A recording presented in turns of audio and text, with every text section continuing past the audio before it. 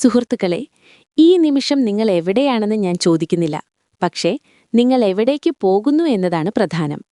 നമ്മുടെ ജീവിതയാത്രയിൽ പലപ്പോഴും നമ്മെ തളർത്തുന്നത് മുന്നിലെ വലിയ തടസ്സങ്ങളല്ല, മറിച്ച് നമ്മുടെ ചിന്തകളിലെ പേടിയാണ്. ഓർക്കുക, ലക്ഷ്യം മാത്രമാവട്ടെ നിന്റെ കാഴ്ച. അപ്പോൾ തടസ്സങ്ങൾ വെറും നിഴലുകളാകും.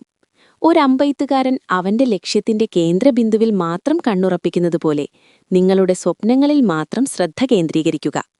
വെളിച്ചത്തിന് നേരെ നടക്കുമ്പോൾ നിഴലുകൾക്ക് നിങ്ങളുടെ പിന്നാലെ കൂടാനേ കഴിയൂ. അവയ്ക്കൊരിക്കലും നിങ്ങളുടെ വഴി തടയാനാവില്ല. തടസ്സങ്ങൾ കണ്ട് ഭയക്കുന്നവൻ തോറ്റുപോയവനാണ്. എന്നാൽ ആ തടസ്സങ്ങളെ ചവിട്ടുപടികളാക്കി മാറ്റുന്നവനാണ് യഥാർത്ഥ വിജയി. തളർന്നു പോകുമ്പോൾ, വീണുപോകുമ്പോൾ ചുറ്റുമുള്ള ഇരുട്ടിനെ നോക്കി സങ്കടപ്പെടരുത്. പകരം നിങ്ങളുടെ ഉള്ളിലെ ആ കനലിനെ ഊതി ജ്വലിപ്പിക്കുക. ലോകം നിങ്ങളെ നോക്കി അസാധ്യമെന്ന് പരിഹസിക്കുമ്പോൾ നിങ്ങളുടെ ആത്മവിശ്വാസം വിളിച്ചു പറയണം, ഇതെന്റെ സമയമാണെന്ന്.